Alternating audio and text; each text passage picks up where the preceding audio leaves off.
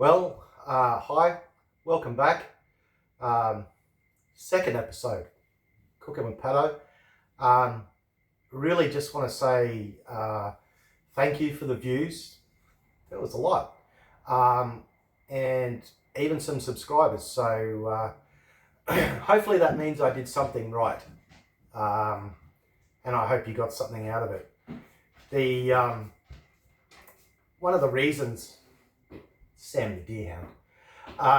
One of the reasons I'm doing these videos is one, to help people to show that maybe it's a little bit arrogant, but in my own way, to show that you can live well, reasonably cheaply, and just do simple things at home just to make the difference.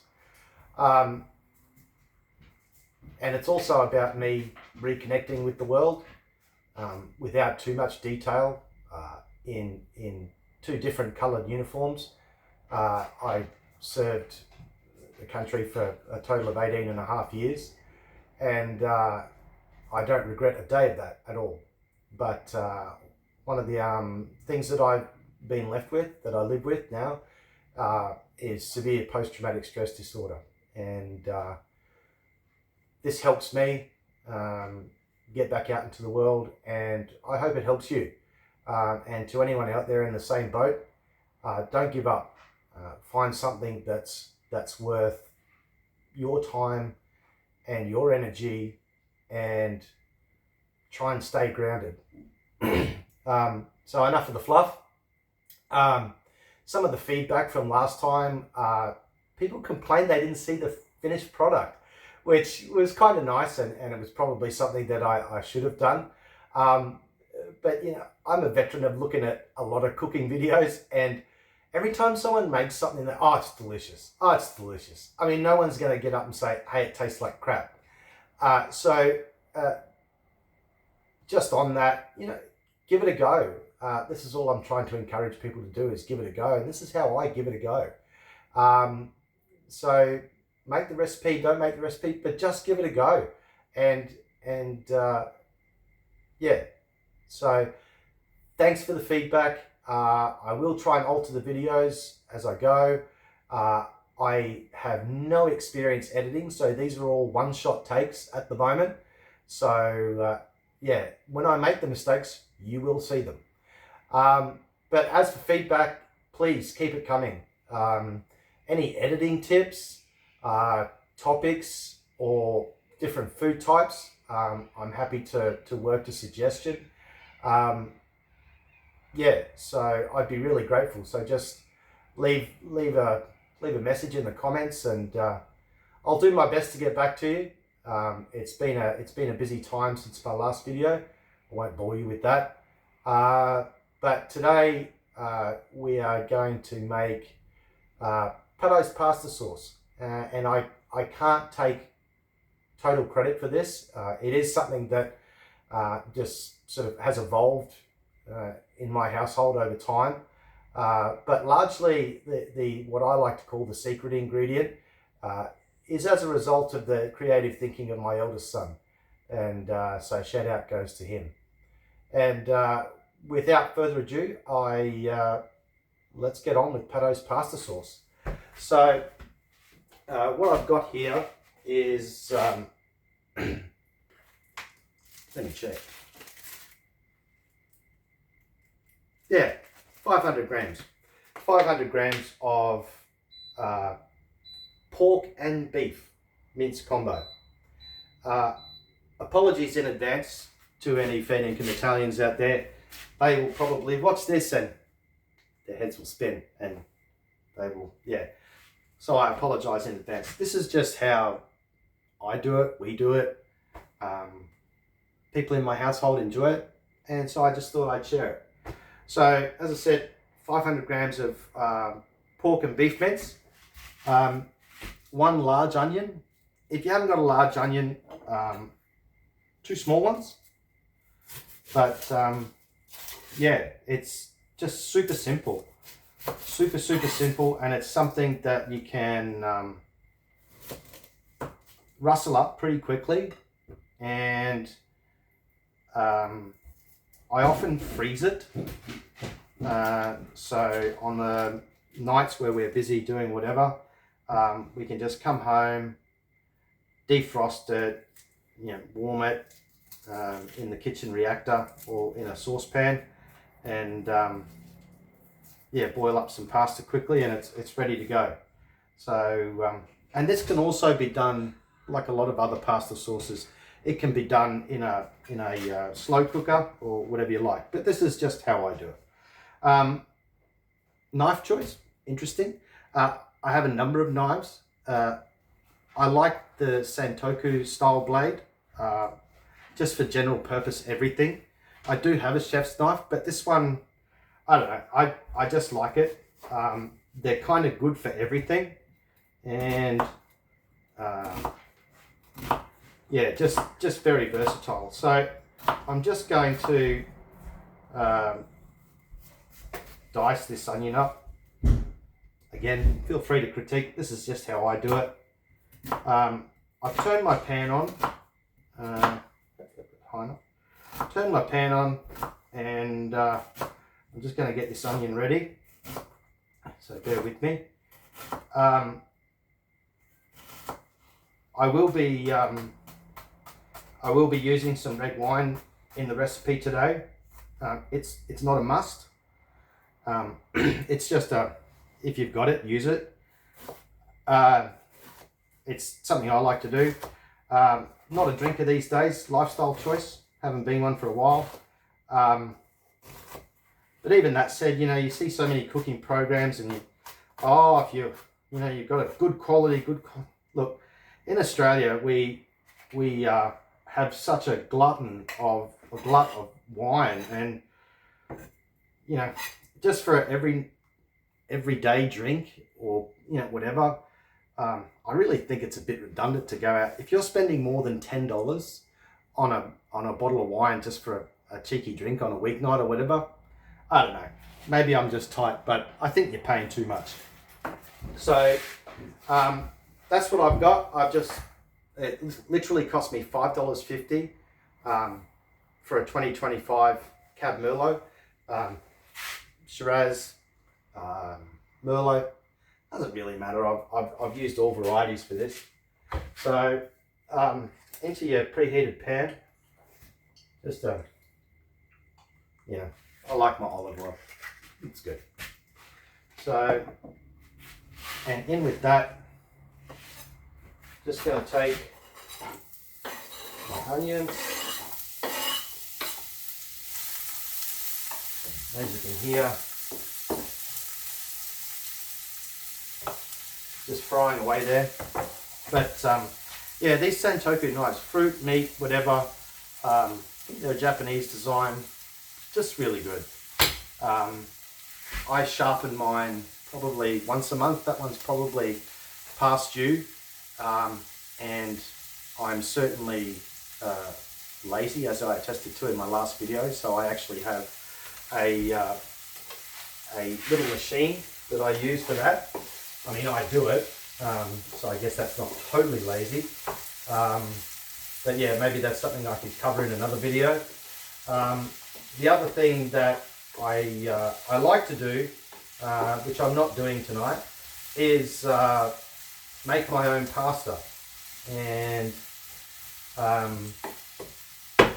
I do have a pasta machine, not the hand crank one. It's one that you just load the good quality flour and the eggs and the water in and just have at it, and it's got a plate that sits on the front of it, and it will just churn out fresh pasta for you in 10 minutes. I really like doing it.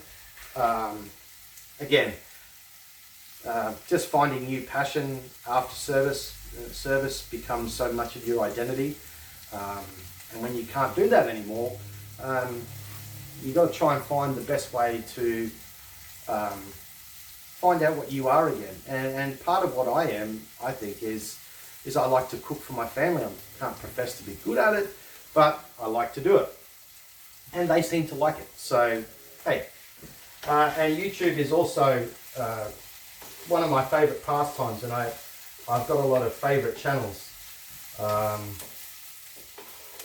So I've just got those onions sweating off there, and I thought I was prepared, but clearly I wasn't, and I'll be back.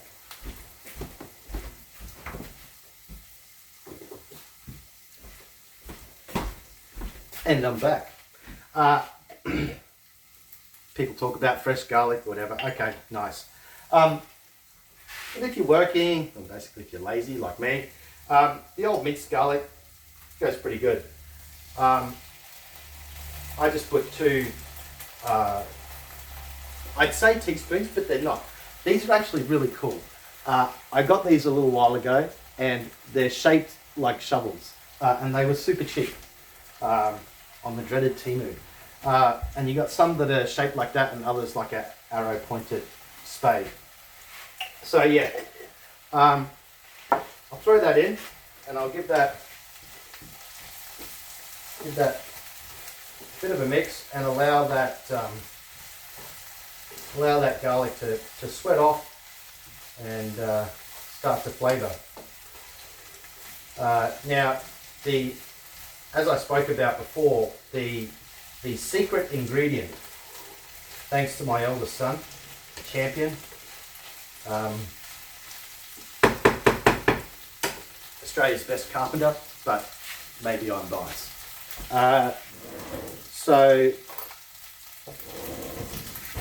his secret ingredient is smoked paprika. It gives it like a almost like a barbecue-y flavour. So I just put in a heaped shovel spoon. Again, the shovel spoon. I just put one of those in, and I just give that a good mix, and you will get. I quite like the smell. I think it's quite a good smell. It's a pungent aroma, but a really pleasant pungent aroma. As you fry off a little bit of the smoked paprika, just mix everything together. Might just crank up that heat a little bit. Yeah, and I like to cook it off a little bit just to release the flavour. And yeah, as I say, it's just a nice barbecue-y smell. And so from there, and clean hands, okay? Caveat, before I started click on the video, I washed my hands. Please, I'm not a grub. All right, pork and beef mince. I just break that up. This could be something I've done. This could be a good camping recipe. I've done this camping as well. With the PTSD, the outside world is not my greatest friend, and hasn't been for a while, but you learn to live with it. So some things like camping and that have been a little bit rare, but hopefully one day soon I'll be able to learn to get back out into the world. I'm certainly no victim, but yeah, it does have its restrictions. But this is again one of the things that I like to do for me and my family, and yeah, they seem to appreciate it. So I just break that up.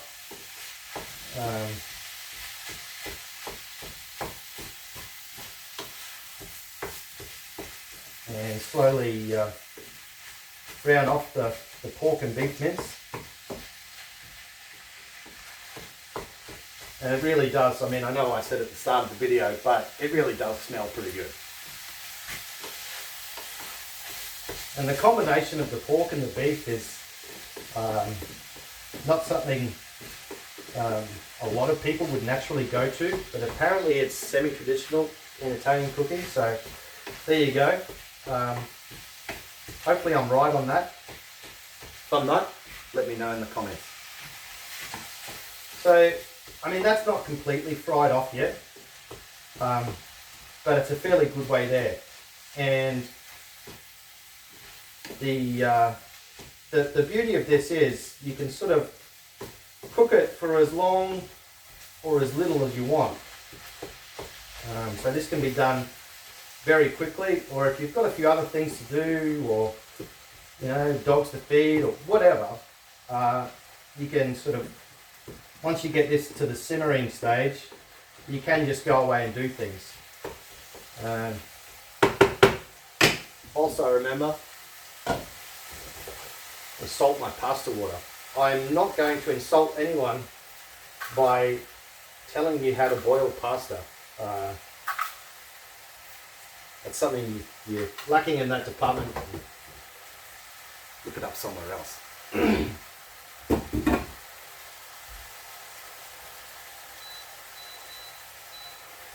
So as you can hear, that's just simmering away nicely there. And as I say, like, it does get that lovely, almost barbecuey smell. And you get the liquid from the mincemeat. So that kind of starts that simmering process. Then I just get, what's this? 700 gram bottle of passata. Just plain old passata. I buy this from Aldi, cheapest chips. Way to go. And I just throw that in. And the red wine goes in, but I try not to waste any of the passata. So I put about,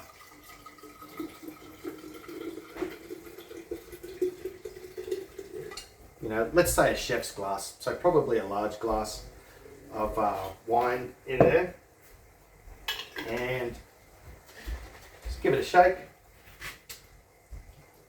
and in you go. Some people might be a little bit shy about putting wine in their food if their kids are going to eat it. Once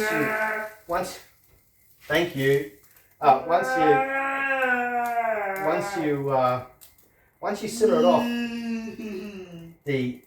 the alcohol is no longer there. It's just the flavour. Yay, right.